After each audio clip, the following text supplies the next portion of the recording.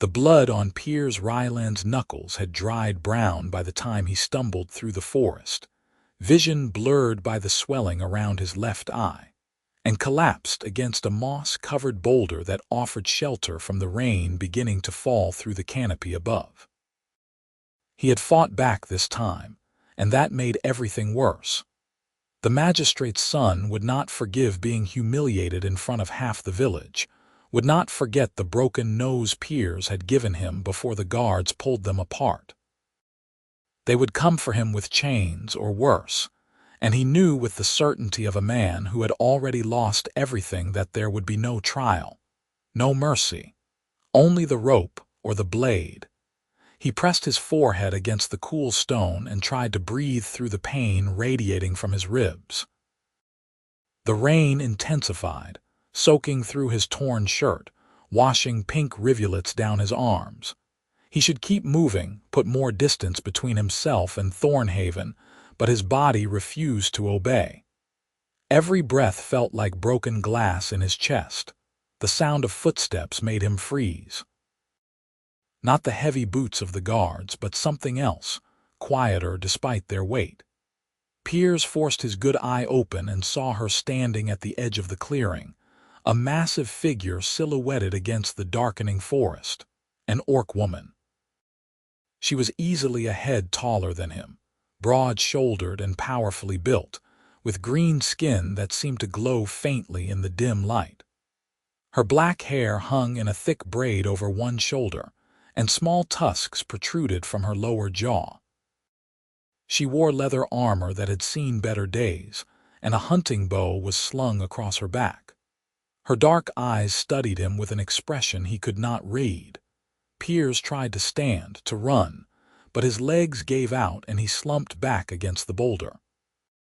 Every child in the borderlands grew up hearing stories about orcs, about their savagery, their bloodlust, how they took human prisoners and did unspeakable things to them. He waited for her to draw a weapon, to finish what the magistrate's son had started. Instead, she crouched down several feet away, keeping her distance, and tilted her head to one side. "You are badly hurt," she said, her voice deeper than a human woman's but surprisingly gentle. Her accent was thick, but her words were clear. "Stay back," Piers managed to say, though he had nothing to threaten her with, no strength to enforce his words. "I will not harm you." She moved closer, still cautious, as if he were a wounded animal that might bite. "But you need help. Those ribs are broken, maybe more." "How would you know?" "I have broken many ribs in my time. I know the sound of breathing when bones are cracked." She unslung a leather pack from her shoulder and set it on the ground between them. "I have supplies. Bandages, medicine. You will die out here if those ribs puncture something inside." Piers wanted to refuse, wanted to tell her he would take his chances, but the rational part of his mind knew she was right. He was already dying, just slowly. "Why would you help a human?" Something flickered across her face, an emotion too quick to catch. "Perhaps I am foolish. Or perhaps I am tired of watching things die when I could prevent it." She pulled items from her pack with surprising delicacy given the size of her hands. "I am called Grishka. I will not ask your name if you do not wish to give it." "Piers," he said, because what did it matter now? He was a fugitive anyway, his name already dirt in Thornhaven. Grishka nodded and moved closer still. "I need to touch you to check the damage. I will be gentle, but it will hurt." He nodded, bracing himself, but when her fingers pressed against his ribs through his shirt, he still gasped at the spike of agony.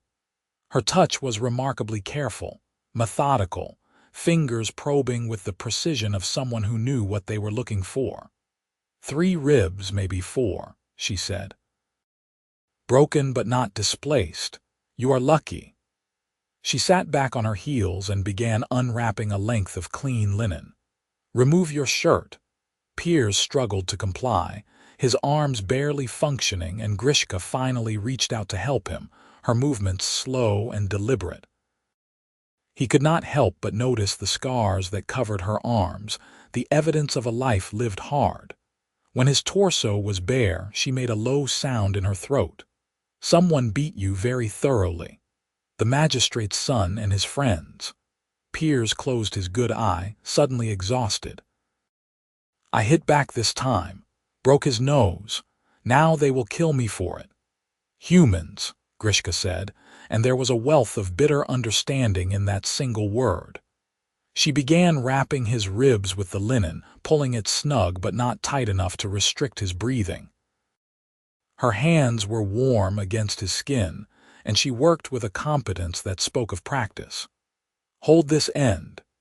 He pressed his palm where she indicated, and she continued wrapping, circling his torso multiple times before tying off the bandage with a neat knot. The compression helped immediately, made breathing easier, gave his broken ribs support. "Thank you," Piers said quietly. Grishka was already digging through her pack again. She produced a small clay jar and unscrewed the lid, revealing a greenish paste that smelled of herbs and something else he could not identify. "For your face. It will reduce the swelling and help with infection. You carry medicine with you. I live alone in the wilderness. It would be stupid not to." She scooped some of the paste onto her fingers and then hesitated, her hand hovering near his face. "May I?" The question surprised him. He nodded, and she gently began applying the paste to his swollen eye and the cuts on his cheekbone. Her touch was feather-light, nothing like he would have expected from someone so physically powerful. She worked in silence, her brow furrowed in concentration, and Piers found himself studying her face. She was not beautiful by human standards, but there was something compelling about her features, a strength and symmetry that he found himself appreciating despite everything. "There," she said, sitting back.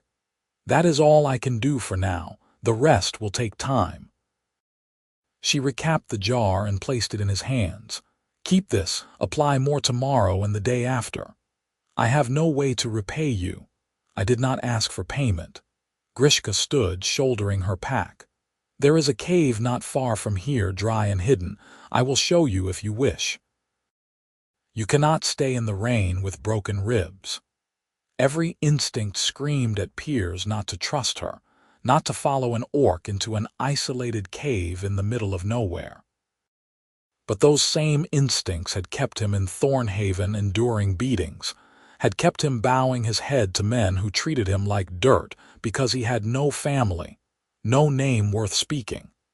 And where had that gotten him? "Show me," he said. Grishka helped him to his feet with a hand under his arm, steadying him when he swayed. She was even taller than he had thought, and up close he could see the fine details of her appearance. The small scars on her tusks, the slight point to her ears, the warmth in her dark eyes. She moved through the forest like a shadow, finding a path through the undergrowth that he never would have seen, supporting his weight when the terrain grew rough. The cave was exactly as she had described, a narrow opening in a hillside that widened into a space large enough for several people. The floor was dry and relatively flat, and someone had clearly used it before because there was a fire pit lined with stones near the entrance and a stack of firewood against one wall. "You live here?" Piers asked as Grishka helped him lower himself to the ground, his back against the cave wall. "Sometimes. I move around." She began building a fire with practiced efficiency, arranging kindling and striking sparks with a piece of flint. Soon flames were crackling, pushing back the darkness and the chill. "I will hunt in the morning. For now, rest." Piers watched her through half-closed eyes as she settled on the opposite side of the fire, close enough for conversation but far enough to give him space. She pulled dried meat from her pack and offered him some, which he accepted gratefully, despite his suspicion. It was tough but flavorful, and his empty stomach welcomed it. "Why were you in the forest?" he asked between bites. "I live in the forest," Grishka said simply. "This is my territory. I hunt here, I gather here. Sometimes I trap." Alone, her jaw tightened almost imperceptibly. Yes, alone. There was a story there, Piers realized, probably a painful one. He knew better than to push. Instead, he said, I have never met an orc before. We were always told to run if we saw one, that you were dangerous. We are dangerous, Grishka said matter-of-factly. So are humans. Perhaps more so in my experience. She met his gaze across the fire. But not all orcs are killers, and not all humans are worth killing. The world is more complicated than the stories we tell children. Piers found himself smiling despite the pain it caused. That is wiser than most things I have heard from the village priest. Your village priest is probably an idiot. He definitely is an idiot. The words came out before Piers could stop them, and then he was laughing, which hurt his ribs terribly but felt necessary anyway. Grishka watched him with an expression that might have been amusement, the corners of her mouth turning up slightly. When his laughter subsided into painful wheezing, she said, Sleep now. You are safe here. I will keep watch. You do not need to, perhaps, but I will anyway. She pulled her bow across her lap, her fingers tracing the wood almost absently. Sleep, Piers. Tomorrow will be difficult enough. He wanted to argue, but exhaustion was pulling at him like a tide, and the warmth of the fire was seeping into his bones. His eyes drifted closed, and somewhere between one breath and the next, he fell into a sleep deeper than any he had known in months. When Piers woke, sunlight was streaming through the cave entrance, and the smell of cooking meat made his stomach clench with hunger. He sat up carefully, testing his ribs, and found that while they still hurt, the stabbing agony had diminished to a dull ache. Grishka was crouched by the fire, turning a rabbit on a makeshift spit. You let me sleep, he said, his voice rough. You needed it. She glanced at him, assessing. How do you feel? Like I was beaten half to death and slept on a stone floor, but better than yesterday. Good. Eat, then we will change your bandages. She pulled the rabbit from the fire and divided it with a knife, handing him the larger portion. You need to rebuild your strength. They ate in companionable silence, and Piers found himself relaxing in a way he had not for years. There was something peaceful about Grishka's presence, despite, or perhaps, because of her obvious capability for violence. She did not demand conversation or explanations, did not judge him for his circumstances. She simply was, solid and calm as the stones around them. After they ate, she helped him unwrap the bandages and checked his ribs again, her fingers gentle despite their strength. The bruising had spread across his torso in spectacular shades of purple and yellow, but nothing had shifted. She rewrapped him with fresh linen, her movements confident and sure. You are good at this, Piers observed. The healing, I mean. I have had much practice. Grishka tied off the bandage and sat back. In my clan, I was a warrior. Warriors learn to tend wounds or they die young. You are not anymore, her expression shuddered. I am clanless now. I was cast out. Piers knew he should not ask, but the words came anyway. Why? For a long moment he thought she would not answer. Then she said, I showed mercy to a human child during a raid, a little girl, maybe 7 summers. She reminded me of my sister at that age. I could not kill her, so I hid her until the raid was over. She stared at the cave wall as if seeing through it to some distant memory. My chief saw. He said I had dishonored the clan, gone soft, become weak. He gave me a choice, kill the child myself or leave forever. So you left. So I left. Grishka's voice was flat, empty of emotion, but Piers could hear the pain underneath. That was 3 years ago. I have been alone since. I am sorry, Piers said, and meant it. He knew what it was like to be cast out, to have the place you belonged ripped away. For what it is worth, you did the right thing. The right thing, Grishka repeated, as if tasting the words. Perhaps, but it cost me everything. My family, my home, my purpose. Sometimes I wonder if it was worth the life of one human child I will never see again. It was, Piers said with absolute certainty. A child's life is always worth it. Grishka looked at him then, really looked at him, and something passed between them, a recognition of shared loss, shared isolation. You are a strange human, Piers Ryland. You remembered my full name. I remember everything. She stood and offered him her hand. Can you walk? I want to show you something. Piers took her hand and let her pull him to his feet.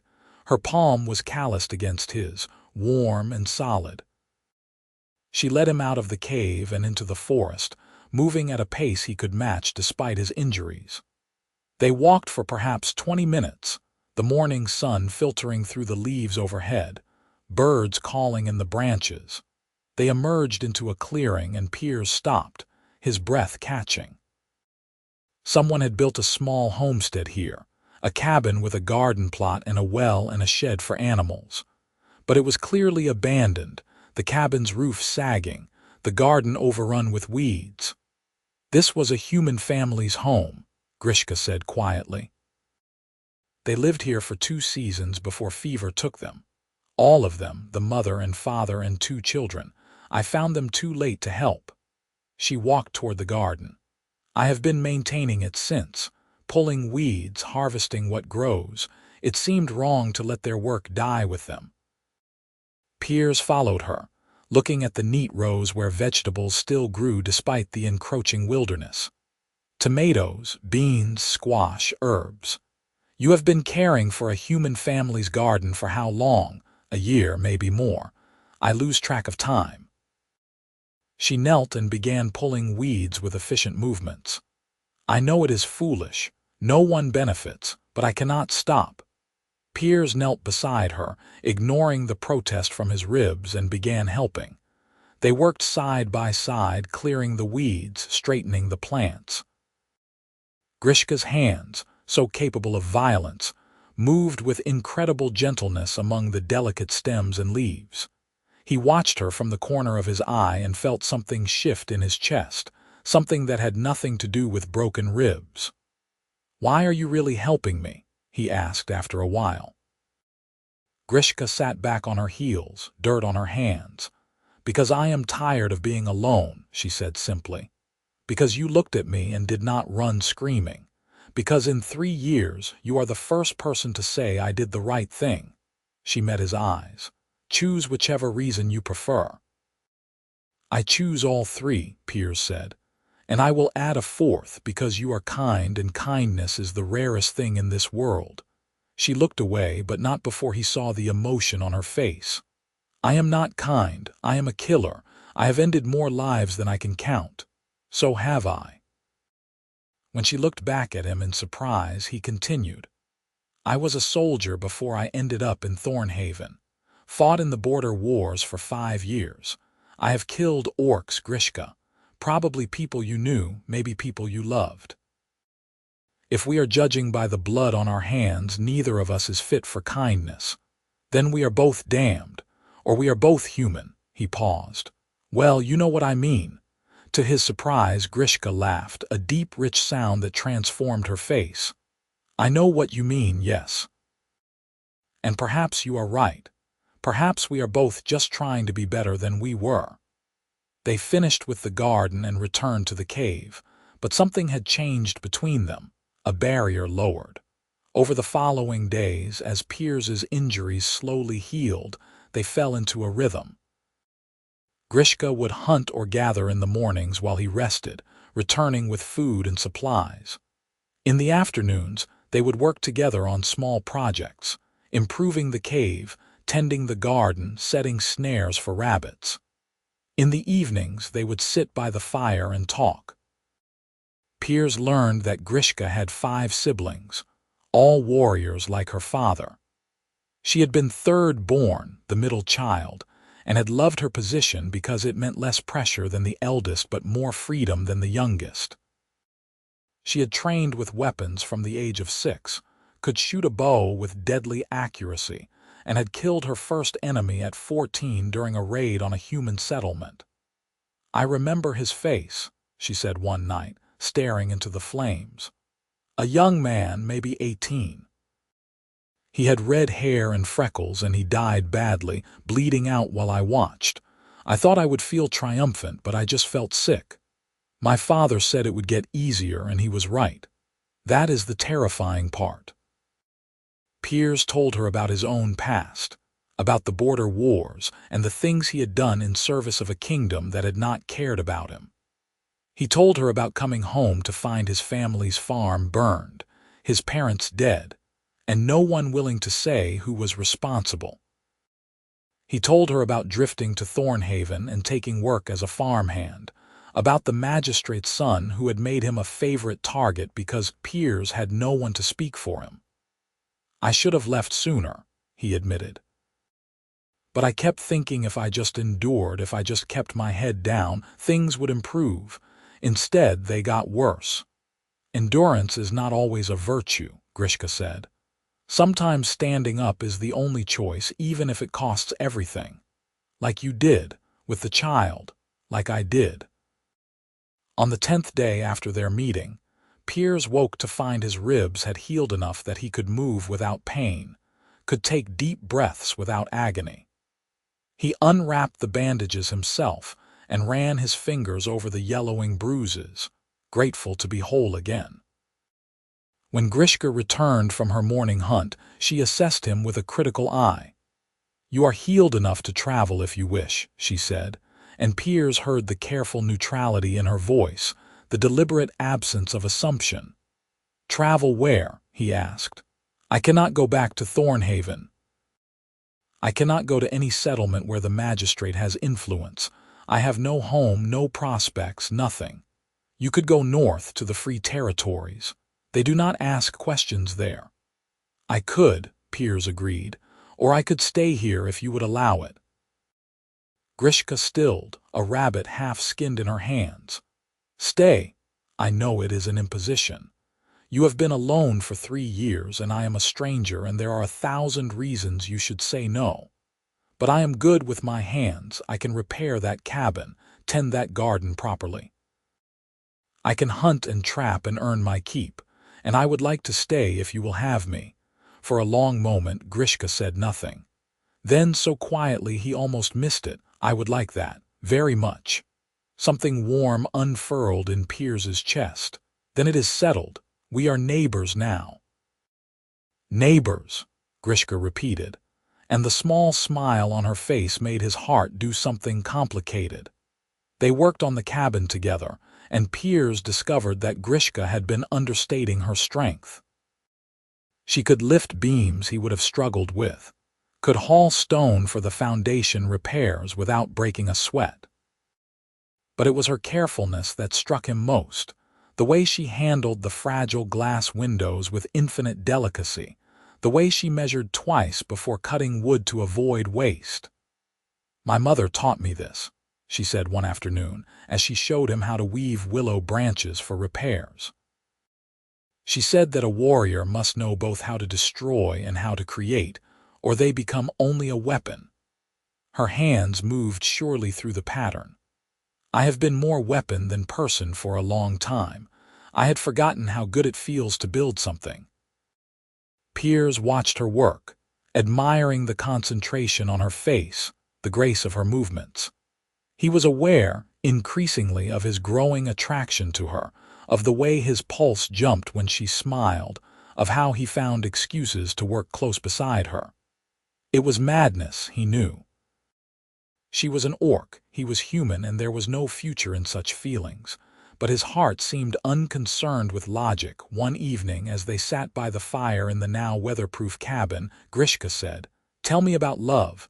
Piers nearly choked on his water. "What? Love. Human love. How does it work for you?" She was not looking at him, her gaze fixed on the flames.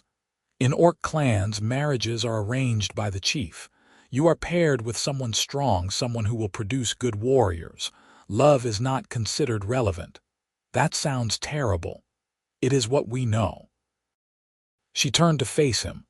"But I have heard humans marry for love, that you choose your own partners. Is that true?" "Sometimes, when we are lucky." Piers set down his cup, his heart pounding. "My parents loved each other." I remember the way my father would look at my mother, like she was the sun and he was lucky to be warmed by her light. And she would touch his hand when she passed him, these little casual contacts that said more than words ever could. That sounds beautiful. It was. They were happy, even when times were hard. That is what love does, I think. It makes the hard times bearable and the good times transcendent. He hesitated, then asked, "Why do you want to know?" Grishka was quiet for so long he thought she would not answer. Then she said, "Because I have been feeling things I do not understand. Strange things when you are near. My heart beats faster and I find myself watching you when I should be working, and when you smile at me, I feel warm inside, like I have eaten something good." She finally looked at him, her dark eyes vulnerable. "I thought maybe it was illness, but it does not feel like illness. It feels like something else." Piers could barely breathe. "Grishka, is that love? What I am describing, it might be the beginning of it." He moved closer until they were sitting side by side. "I have been feeling the same things about you. But I am an orc. I noticed. Piers, I am serious. This is not done. Humans and orcs do not. We are enemies. My people hate yours and yours hate mine. There is no future in this." "I do not care," Piers said, and realized it was true. "I have lost everything already. My family, my home, my place in the world. All I have left is this right now, sitting here with you. And if I can have this, have you, then I am richer than any king." Grishka's breath hitched. "You do not know what you are saying. You cannot understand what it would mean to bind yourself to me. You would be cast out by all humans, would become as clanless as I am. I am already cast out. I would rather be an outcast with you than accepted anywhere else." He reached out slowly, giving her time to pull away, and took her hand. Her fingers were easily twice the size of his, calloused and strong, but they trembled in his grasp. "Grishka, I am falling in love with you. I think I started the moment you knelt in the rain and offered to help a bleeding stranger. I tried to fight it, tried to tell myself it was gratitude or loneliness or anything else. But it is not. It is love. I do not know how to do this," she whispered. "I do not know how to be gentle with someone I care about. I have only ever known how to fight and kill and endure." "Then I will teach you," Piers said. "I will teach you how to hold gently, how to touch without hurting, how to love without fear, if you want to learn." Grishka looked at their joined hands, at the contrast of green skin and pale flesh, at the impossibility they represented. "And what will you learn from me?" "You will teach me how to stand when the world pushes back," Piers said. "How to have a spine made of steel, how to choose honor over comfort, how to be brave enough to be kind. You will teach me to be the person I want to be instead of the person circumstances made me." She laughed, a shaky sound that might have been half sob. "Those are very grand lessons."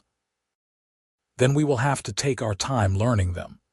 He raised her hand to his lips and kissed her knuckles gently, watching her eyes widen. "I am a patient man, Grishka. I can go as slowly as you need." "I do not want slowly," she said, and leaned in to kiss him. It was clumsy at first, their mouths not quite fitting together, her tusks an obstacle to navigate. But they adjusted, learned the angles and pressures that worked, and then it was perfect in a way that made Piers's head spin. She tasted like the herb she chewed, like smoke and wild honey, and her lips were surprisingly soft against his. He cupped her face with one hand, feeling the strong line of her jaw, the delicate point of her ear. When they finally pulled apart, both breathing hard, Grishka rested her forehead against his. "I am frightened," she admitted. "So am I, but we will be frightened together, and that makes all the difference." They sat entwined by the fire, until the flames burned low, talking quietly about the future they might build, about the impossible possibility of happiness. When they finally lay down to sleep, it was together. Grishka's arm around Piers's shoulders, his head on her chest, listening to the steady thunder of her heartbeat.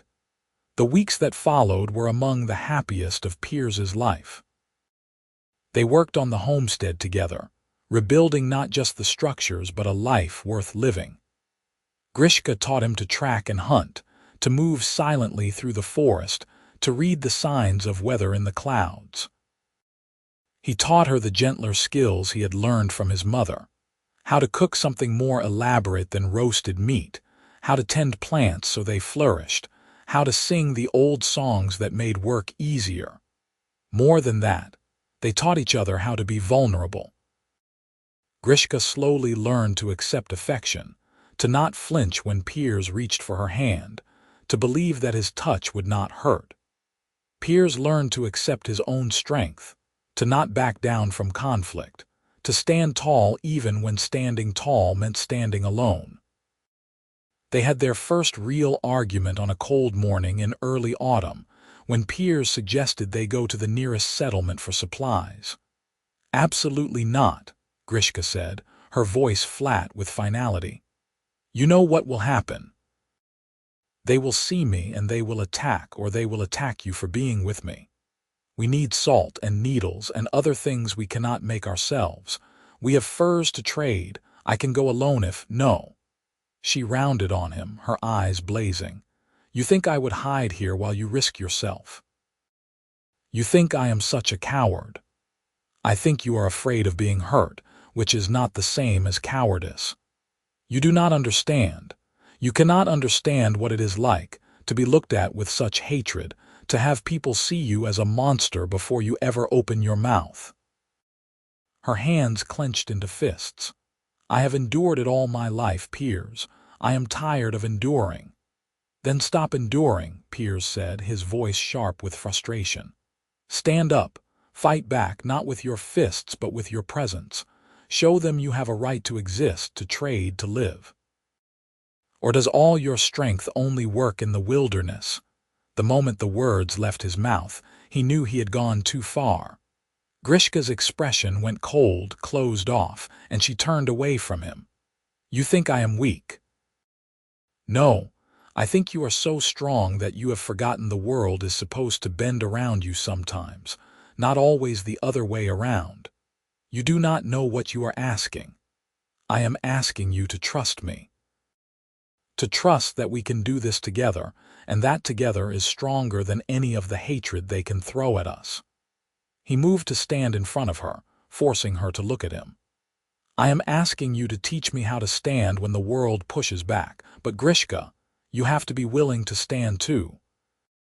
She stared at him for a long moment, her jaw tight. Then, slowly, she exhaled. "You are infuriating. I know, it is one of my best qualities. If they attack us, then we will deal with it, together." He held out his hand. "What do you say? Will you come with me?" Grishka looked at his hand, then at his face, searching for something. Whatever she found must have satisfied her, because she took his hand and squeezed gently. "I will come, but we bring weapons." The settlement was a half-day's walk, a small trading post called Riverbend that served the scattered homesteaders and trappers of the region. They arrived in the early afternoon, Piers carrying a pack of furs, Grishka with her bow slung across her back and her hunting knife at her belt. The moment they stepped onto the main road, conversation stopped. People stared. Piers felt Grishka tense beside him, but he kept walking, kept his expression calm and open. They headed for the general store, ignoring the whispers that followed them. The shopkeeper was a weathered woman in her 50s with shrewd eyes and no-nonsense demeanor. She looked at Grishka, then at Piers, then at the furs he placed on her counter. "Those for trade." "Yes, madam," Piers said. "We need salt, sewing supplies, and a few other items." The shopkeeper examined the furs with expert hands, checking the quality, the preparation. "These are good. You cure them yourself." "She did," Piers said, nodding to Grishka. "She is a better trapper than I will ever be." The shopkeeper's eyes flicked to Grishka again, reassessing. "You know your business, orc. These will fetch a fair price." She named a sum that was actually reasonable, not the robbery Piers had half expected. "That enough for what you need?" "More than enough, thank you." They concluded their business quickly. Piers aware of the other customers watching from the corners of the store, but none of them making trouble. As they were leaving, supplies packed away, the shopkeeper called out, "You come back when you have more furs. I can always use quality goods." Outside, Grishka looked dazed.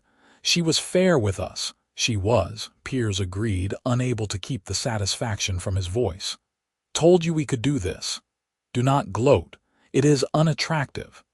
They were halfway down the road when 3 men stepped out of an alley blocking their path. Piers recognized the type immediately. Young, bored, looking for trouble to relieve the tedium of their lives. The leader, a broad-shouldered man with a patchy beard, fixed his gaze on Grishka. "Well, well. A real live monster right here in Riverbend." He grinned, showing crooked teeth. "And it has a pet human. Ain't that sweet?" "We do not want trouble," Piers said evenly. "We traded fairly and now we are leaving. Let us pass." "I do not think so. See, we do not like monsters in our town. Makes people nervous. Maybe we should run it off, teach it not to come back." Piers felt Grishka shift beside him, felt her preparing to fight or flee, and he made a decision. He stepped forward, placing himself between her and the men. "Her name is Grishka, and she is twice the person any of you will ever be. Now get out of our way before you embarrass yourselves." The leader's grin faded. "You threatening us, pretty boy? I am giving you good advice. You see her bow? She can put an arrow through your eye from twice this distance and never break a sweat. You see those muscles? She could break you in half without trying. But she will not, because unlike you, she has honor and self-control. However, I have neither when it comes to protecting her, so I strongly suggest you walk away." For a long moment the tension held. Then one of the other men tugged the leader's sleeve. "Come on, Rickard, ain't worth it." The leader spat on the ground at Piers's feet but stepped aside. "Get your monster out of here and do not come back." Piers walked forward without responding, Grishka at his side, and they left Riverbend behind. They were well into the forest before Grishka spoke. "You stood between them and me." "Of course I did. You could have been hurt, so could you? That was unacceptable." Piers glanced at her. "Are you angry?" "No, I am amazed." She stopped walking and turned to face him fully. "No one has ever defended me before. I have always been the one doing the defending. I did not know how it would feel to have someone stand for me." "How does it feel?" Grishka smiled, a real smile that transformed her whole face. "Like I could fly, like I am invincible, like nothing in the world can touch me because you are here." She pulled him into a kiss that was fierce and grateful and full of love. When they broke apart, she said, "You taught me something today." "What is that?" "That standing up is not the same as standing alone. That allowing someone to stand with me is not weakness but strength. That together, we are formidable." "We are," Piers agreed. "And we will need to be." Trouble came for them on the first frost of winter when Piers was checking their snares and heard the sound of hoofbeats on the frozen ground. He had time to shout a warning before 5 riders burst into the clearing, led by a man he recognized immediately. The magistrate's son from Thornhaven, his nose still crooked from where Piers had broken it months ago. "Found you," the man said, his voice thick with satisfaction. "Thought you could hide forever, did you, Ryland? Thought there would be no reckoning for what you did?" Piers backed toward the cabin, where he could see Grishka emerging with her bow already in hand. "I defended myself from a beating. That is all. You assaulted a noble in front of witnesses. That is a hanging offense." The magistrate's son gestured to his companions. "We are here to bring you to justice." "You are here for revenge," Piers corrected. "There is a difference."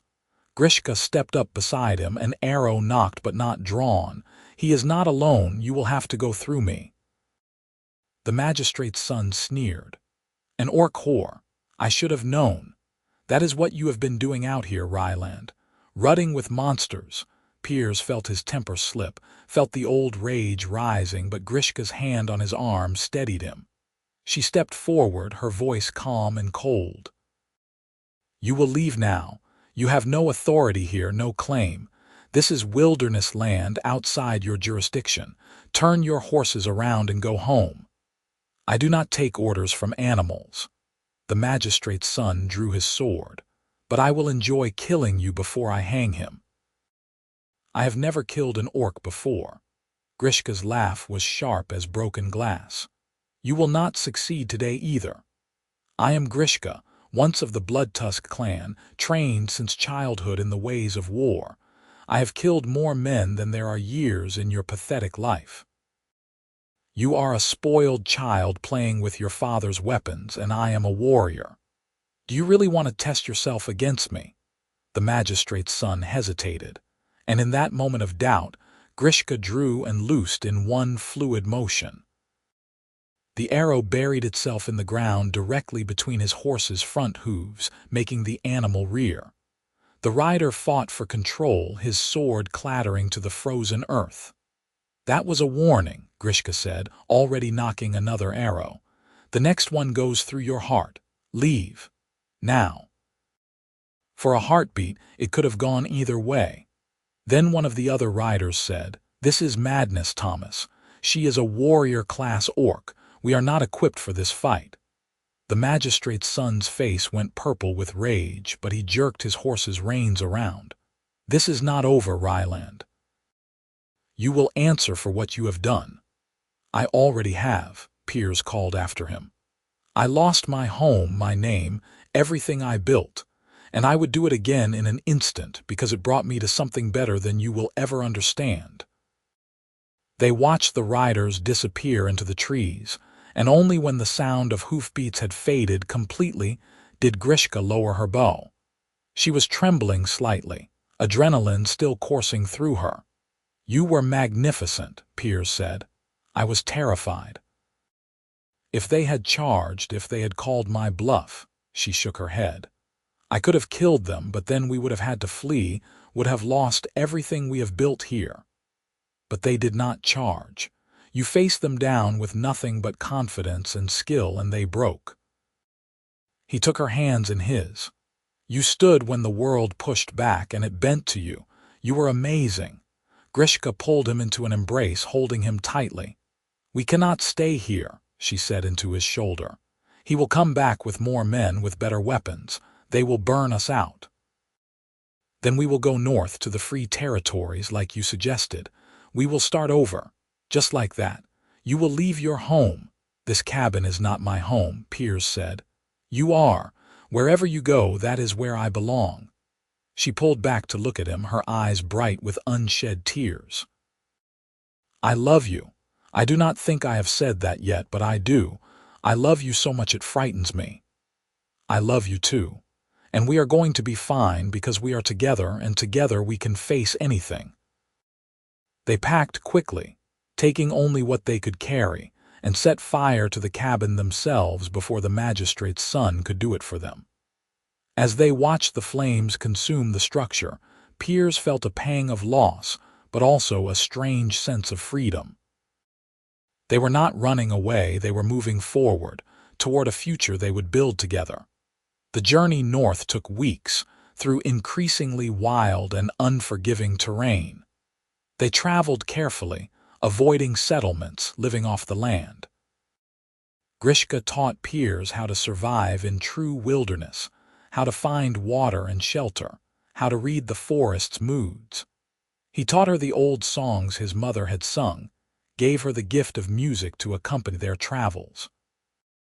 They crossed into the free territories on a morning when the snow lay thick on the ground and their breath steamed in the air. The boundary was unmarked but understood, a shift in the feeling of the land itself. Here, the old laws did not apply. Here, anyone could make a life regardless of their past. They found a settlement after another day's travel, a rough collection of cabins and workshops built around a central square. The inhabitants were a mixed lot: humans, orcs, even a few dwarves and halflings, all existing in a state of wary cooperation. The settlement's leader, an aging orc woman named Kelthara, interviewed them in her cabin. "So you are the human and orc couple causing such a stir in the Southlands," she said, her voice gravelly with age. "Word travels, even here. They say a human man defied his own people for an orc warrior, and she turned her bow on those who came for him." "That is more or less accurate," Piers said. "We are looking for a place to settle, to build a life. We can work, we can contribute. We are not looking for charity." Kelthara studied them both with eyes that had seen decades of hardship. "I will be honest with you. Life here is hard. We are far from trade routes, we have harsh winters, and not everyone will welcome you with open arms. But we have a code. You work, you contribute, you get a say in how things run. You harm the community, you leave, or you are made to leave. Can you abide by that?" "We can," Grishka said. "Then you can stay.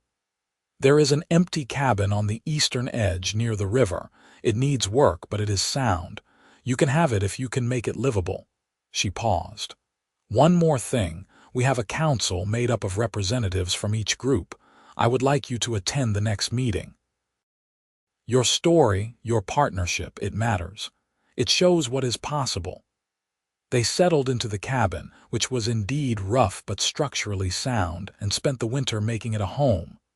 The work was hard but satisfying, and slowly they began to integrate into the community. Piers found work as a carpenter, his skills in demand for repairs and new construction. Grishka became one of the settlement's primary hunters, providing meat that was shared among all residents. Not everyone accepted them. There were humans who muttered about orc lovers and orcs who sneered at one of their own debasing herself with a human. But there were also those who saw past the prejudice, who judged them by their actions rather than their pairing. One evening in early spring, as they sat on their porch watching the sun set over the mountains, Grishka said, "I never thought I could be this happy. Never imagined I could have a home again, a purpose, someone to love who loves me back." "Neither did I," Piers admitted.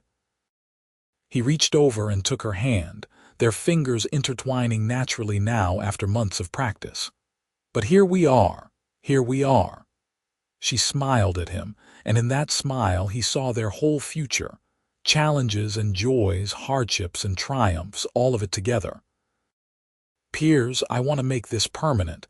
I want to bind myself to you in a way that cannot be undone." "A marriage?" "Yes. I know it is not done, not between our peoples, but nothing we have done has been according to convention. Why start now?" Piers felt his heart swell until he thought it might burst from his chest. "Yes. 1,000 times yes. I want nothing more than to be your husband, to call you my wife, to build a life that is ours and no one else's." Grishka leaned over and kissed him, gentle and sweet. "Then we will ask Kelthara to perform the ceremony. She is recognized as having the authority here, and what she makes legal stays legal." They were married on a soft summer evening, with the entire settlement in attendance. Kelthara officiated, speaking in both human common tongue and orcish, binding them according to the traditions of both peoples. Piers wore a simple tunic Grishka had sewn for him, and she wore a dress that a human woman in the settlement had helped her make, a compromise between orcish practicality and human aesthetics. When Kelthara asked them to speak their vows, Piers went first. "Grishka, you saved my life when I was broken and bleeding in the forest. But more than that, you saved me from becoming bitter and small. You taught me what real strength looks like, what real courage means. You taught me to stand when the world pushed back, to fight for what mattered, to choose honor over ease. I promise to spend the rest of my life being worthy of your love, being the person you believed I could be. I promise to stand with you, to support you, to love you until my last breath. You are my home, my heart, my everything." Grishka's voice was thick with emotion when she spoke. "Piers, you showed me that gentleness is not weakness, that mercy is not cowardice. You taught me how to hold without breaking, how to love without fear, how to believe that I deserve happiness. You stood between me and those who would hurt me, not because you thought I could not defend myself, but because you could not bear to see me harmed. I promise to be your strength when you falter, your courage when you doubt, your home when you are lost. I promise to learn the lessons you teach, to grow with you, to love you with everything I am. You are my chosen, my partner, my forever." Kelthara bound their hands together with a length of woven cord and pronounced them married in the eyes of the settlement, the land, and all who bore witness. The celebration that followed was joyous and raucous, with food and music and dancing that lasted well into the night. But Piers's favorite moment came later, when they had retreated to their cabin and lay together in the darkness, Grishka's head on his chest, his fingers tracing idle patterns on her arm. "I never dared to dream of this," she whispered. "A husband who loves me, a home where I belong, a community that accepts us. It feels like a story, like something that happens to other people." "It is real," Piers assured her.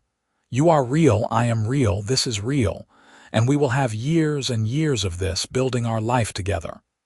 "Years and years," she repeated like a promise. "I like the sound of that."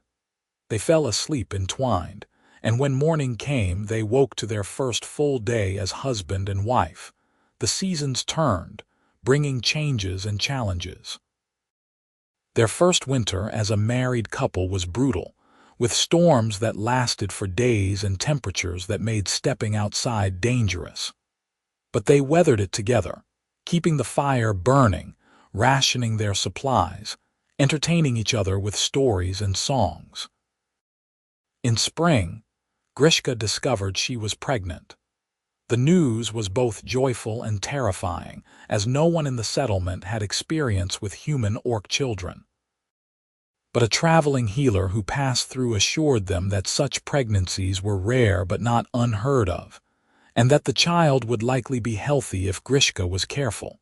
She was careful, much to her annoyance. Piers hovered anxiously, trying to prevent her from doing any heavy work, until she finally told him that she was pregnant, not made of glass, and if he did not let her contribute she would lose her mind. They compromised, with Grishka taking on lighter duties but remaining active. Their daughter was born on a cool autumn evening, delivered by Kelthara and 3 other women who had experience with difficult births. She was perfect, tiny by orc standards but large for a human infant, with her mother's green skin and her father's fine features. Small tusks protruded from her lower gums, and her eyes were a warm brown that seemed to shift between her parents' shades. "What should we name her?" Grishka asked, exhausted but radiant as she held their daughter. Piers ran a gentle finger down the baby's cheek, marveling at the softness of her skin. "You should choose. She is more yours than mine in this moment." "She is ours," Grishka corrected. "But if I may choose, I would name her Alara. It was my sister's name, the one I lost in a raid many years ago. I would like to honor her memory." "Alara Ryland," Piers said, testing the name. "It is perfect. She is perfect. You are perfect." Grishka smiled tiredly. "I am a mess and I feel like I have been trampled by horses, but I have never been happier." Raising Alara was an adventure neither of them had been fully prepared for. She was a hybrid child, with the strength and resilience of her orc heritage combined with the curiosity and adaptability of her human side. She began walking early and was soon climbing everything in sight, giving her parents heart attacks on a regular basis. The settlement embraced her completely. She became a sort of symbol of what the free territories represented, a place where the old divisions did not matter, where people could create new futures. Children of all species played with her, and she learned to speak both common and orcish fluently.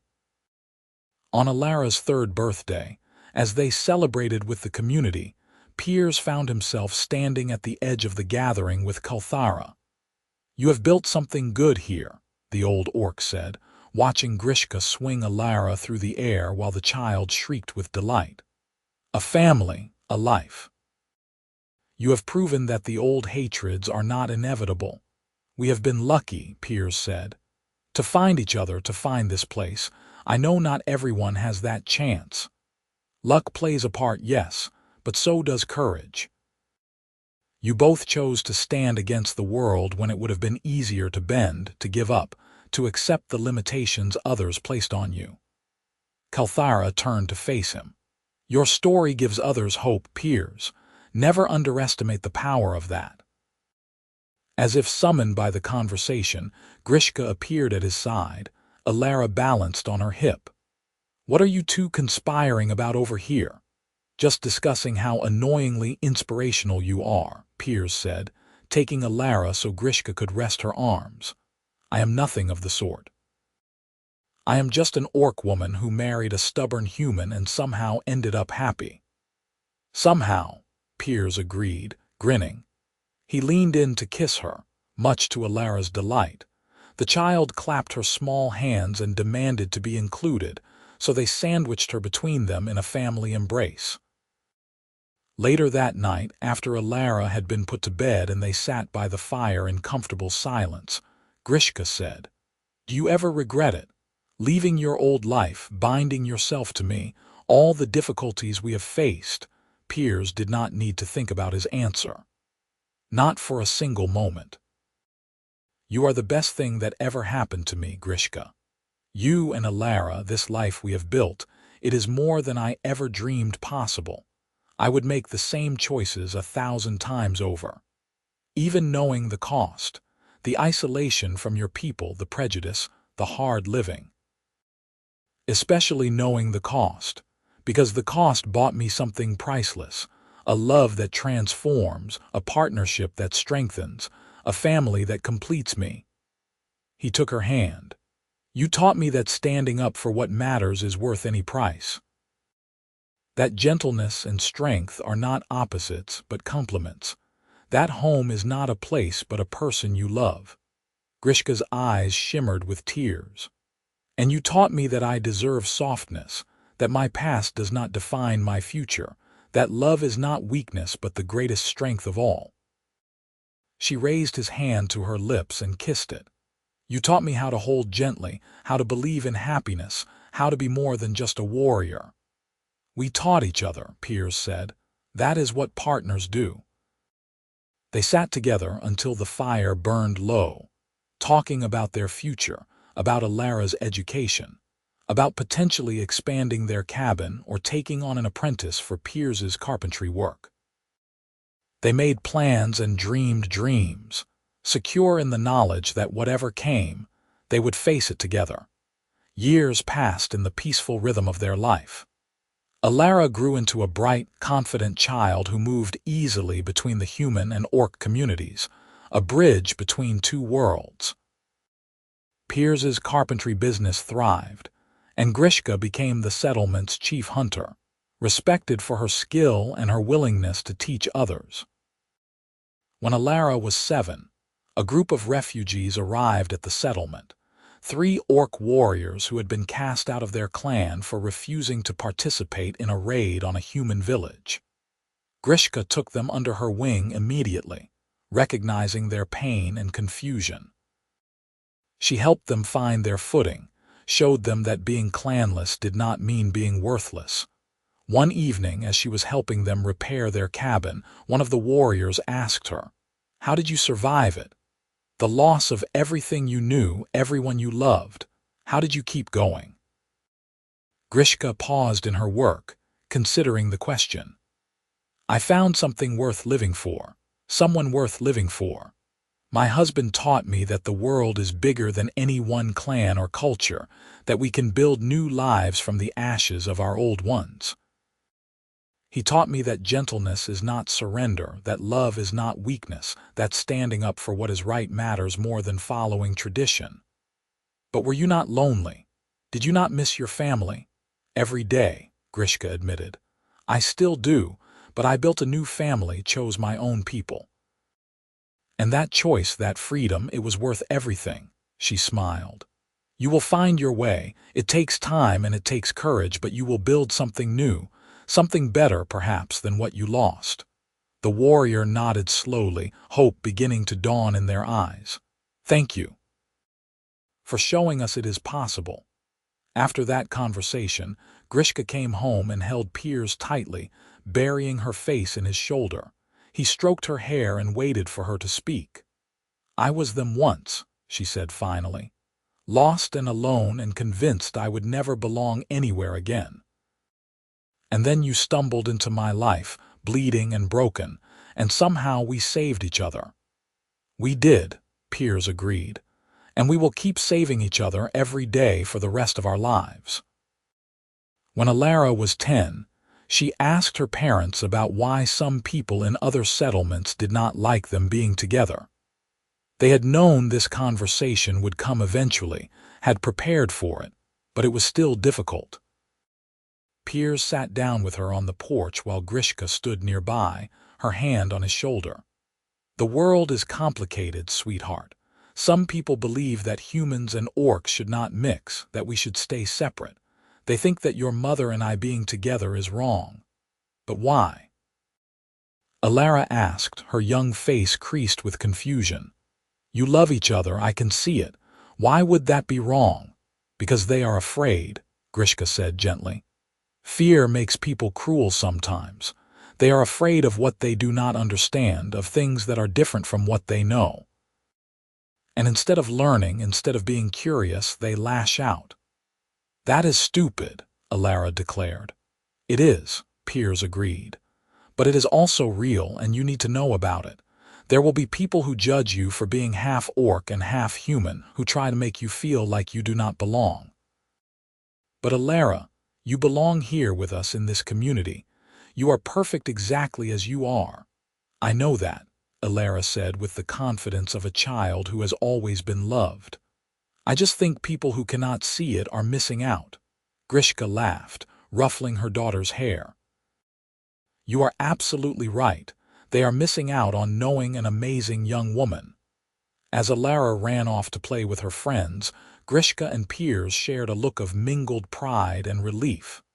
She is going to be fine, Grishka said. She is going to be amazing, Piers corrected. Just like her mother.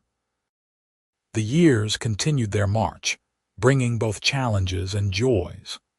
When Alara was 15, a sickness swept through the settlement, and both Piers and Grishka worked tirelessly to help nurse the sick, drawing on all their knowledge of healing herbs and medicines. They lost several community members, including Kelthara, whose death hit them hard. She had been their champion, their supporter, and losing her felt like losing a piece of themselves. But the settlement endured as it always had, and a new council was elected with Grishka as one of the representatives. She threw herself into the work, determined to honor Kelthara's legacy by making the settlement stronger, more welcoming, more prepared for whatever challenges came. Piers supported her completely, taking on more of the domestic responsibilities so she could focus on her council duties. He taught carpentry classes to the settlement's young people, passing on his skills to a new generation. In the evenings, he would work on small projects while Grishka discussed settlement business, the two of them existing in comfortable companionship. One night, after a particularly long council meeting, Grishka came home to find Piers had prepared her favorite meal and drawn a hot bath. She almost cried at the thoughtfulness. "What did I do to deserve you?"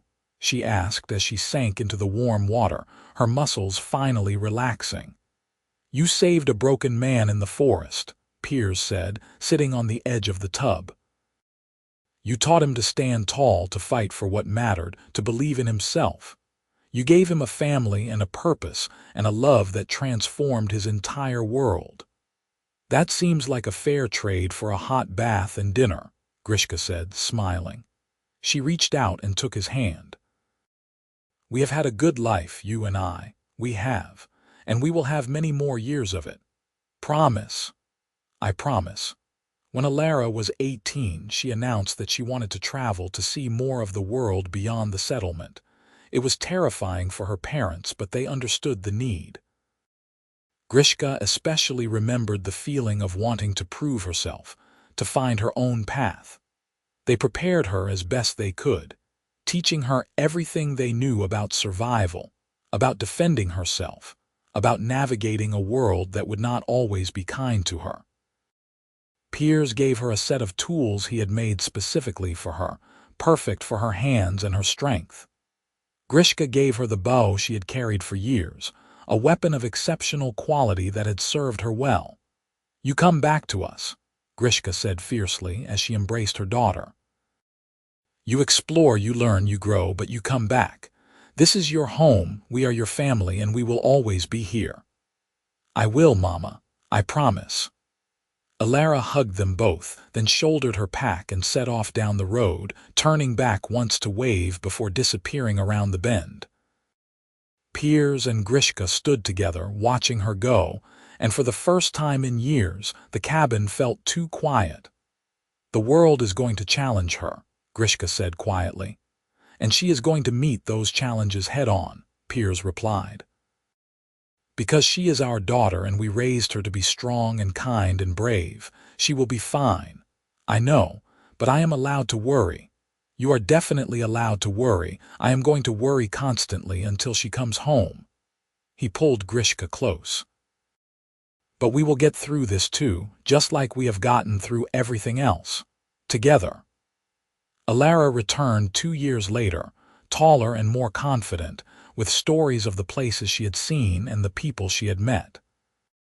She had experienced prejudice and kindness in equal measure, had learned that the world was exactly as complicated as her parents had said. But she had also learned that there were good people everywhere, that love and acceptance could be found in unexpected places, and that her mixed heritage was a strength, not a weakness. She settled back into the community, taking on work as a mediator and translator, using her unique perspective to help bridge divides between different groups. Piers and Grishka watched her flourish with profound pride. As they grew older, their love only deepened. Piers's hair went gray at the temples, and Grishka's strength, while still formidable, was tempered by the wisdom of age. They moved a little slower, complained a little more about their joints, but their devotion to each other never wavered. On their 20th wedding anniversary, the settlement threw them a celebration. People came from all over the free territories, humans and orcs and others, all to honor the couple who had proven that love could transcend any boundary. During the celebration, a young human man approached them, nervous and earnest. I wanted to thank you, he said. Both of you. I am in love with an orc woman from the northern settlements and my family has disowned me for it. But hearing about you two, knowing that you made it work, it gives me hope. It makes me believe we can build a life together. Grishka reached out and clasped his shoulder gently. You can. It will not be easy and there will be people who oppose you, but if you love each other and stand together, you can weather any storm. Listen to each other, Piers added. Learn from each other. Let your differences make you stronger, not weaker. And never forget that choosing love is always the brave choice, no matter what anyone else says. The young man left with tears in his eyes and hope in his heart, and Piers and Grishka shared a long look. We did that, Grishka said softly. We gave them hope. We lived our truth, Piers corrected. And our truth happened to be inspiring. That is not a bad legacy. As the celebration continued around them, they slipped away to their cabin, to the place they had built together through years of love and labor. They sat on their porch, watching the stars emerge in the darkening sky, holding hands like they had done thousands of times before. "You remember the day we met?" Grishka asked. "You were half dead, bleeding in the rain, and I almost walked away. But you did not. You stopped, you helped, you saved me in every way a person can be saved." Piers brought her hand to his lips. "Best decision you ever made." "It was. And do you remember our first kiss, clumsy and perfect, and I knew in that moment that I would love you for the rest of my life." "We have had a good life," Grishka said, echoing words from years before. "We have had an extraordinary life," Piers said, "full of love and challenge and growth. We taught each other so much." "You taught me how to hold gently," Grishka said. "How to believe in softness, how to accept love, how to build instead of just fighting." "And you taught me how to stand when the world pushed back," Piers replied. "How to be brave, how to choose honor, how to fight for what matters. You made me the man I always wanted to be." They sat in silence for a while, comfortable and complete. Then Grishka said, "I would do it all again. Every hardship, every challenge, every moment of fear or doubt, all of it to have this life with you." "So would I," Piers said. "1,000 times over I would choose you." They stayed on the porch until the night grew cold, then went inside to their home, to the life they had built from nothing but love and determination. In the morning, there would be work to do, the settlement to serve, their community to support. But for now, there was just the two of them, together in the quiet darkness, exactly where they belonged. Alara visited the next day with news that made them both cry with joy. She had met someone, a half-orc man from another settlement, and they were planning to marry. She wanted her parents to meet him, to give their blessing when he arrived. Piers and Grishka saw immediately why Alara had fallen for him. He was kind and thoughtful, strong but gentle, with a quick wit and a generous heart. He looked at Alara the way Piers looked at Grishka, with absolute devotion and wonder. Over dinner, he said, "I grew up hearing stories about you too, about how you defied your communities to be together, how you built this settlement into what it is today. You were like legends to me, proof that people like us could find happiness. I never thought I would meet you, let alone be asking for your daughter's hand." "Alara makes her own choices," Grishka said. "She does not need our permission, but you have our blessing for what it is worth. Anyone who makes our daughter smile like you do is welcome in this family." They were married in the spring, and Piers and Grishka stood beside their daughter as she took her vows, remembering their own wedding years before. The settlement celebrated long into the night, and when Piers and Grishka finally made their way home, they were exhausted but happy. "Grandchildren," Grishka said wonderingly as they prepared for bed. "We are going to be grandparents." "We are," Piers agreed. "Another generation to carry on what we started. You think we did it right? Raising her, I mean. We made it up as we went along, had no guide for raising a hybrid child in a frontier settlement." Piers pulled her close, wrapping his arms around her. "We loved her, we supported her, we taught her to be strong and kind and brave. We gave her roots and wings. I would say we did it exactly right." Grishka rested her head on his chest, listening to the steady beat of his heart. "I love you, Piers Ryland.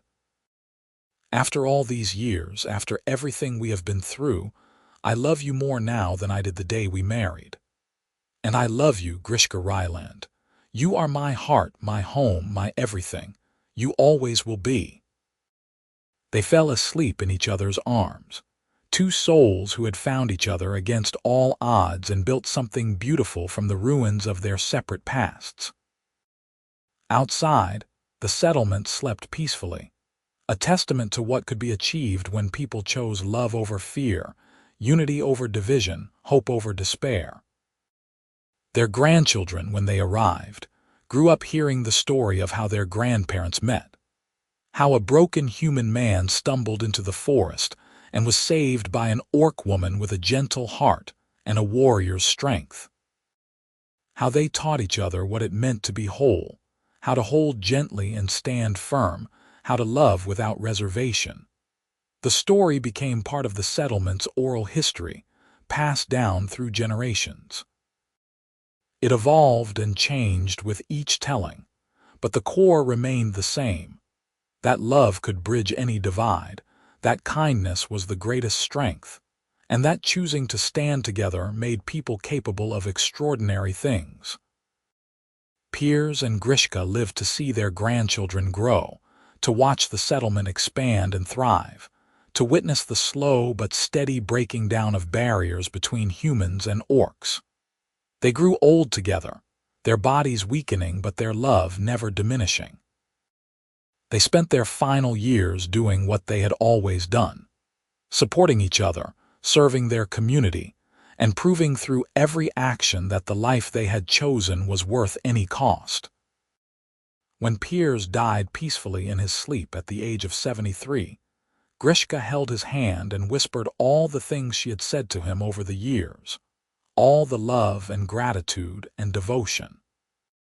She told him that he had saved her in every way that mattered, that loving him had been the greatest honor of her life, that she would carry him in her heart until her own last breath. She lived another 5 years, spending her time teaching the next generation of hunters, telling stories to her great-grandchildren, and tending the garden she and Piers had planted together. She visited his grave every day, talking to him as if he could hear, telling him about the settlement news and the family gossip and how much she missed him. When Grishka finally passed, it was surrounded by family, her hand held by Alara and her grandchildren. Her last words were, "Tell him I am coming. Tell him to wait for me." They buried her next to Piers, under a tree they had planted on their first anniversary, and the settlement mourned the loss of 2 people who had shaped their entire world. But they also celebrated the legacy left behind. A community that valued love over prejudice, a family that spanned the divide between species, and a story that would inspire generations to come. On the headstone, Alara had inscribed words that captured everything her parents had been to each other. Here lie Piers and Grishka Ryland. He taught her how to hold gently. She taught him how to stand when the world pushed back. Together, they taught us all how to love. And in the free territories, in the settlement they had helped build, in the hearts of the people whose lives they had touched, Piers and Grishka lived on. Their love story became legend, proof that the world could be different, that barriers could be broken, that choosing love over fear was always, always worth it. The settlement continued to grow and thrive, a beacon of hope in a world still divided by old hatreds.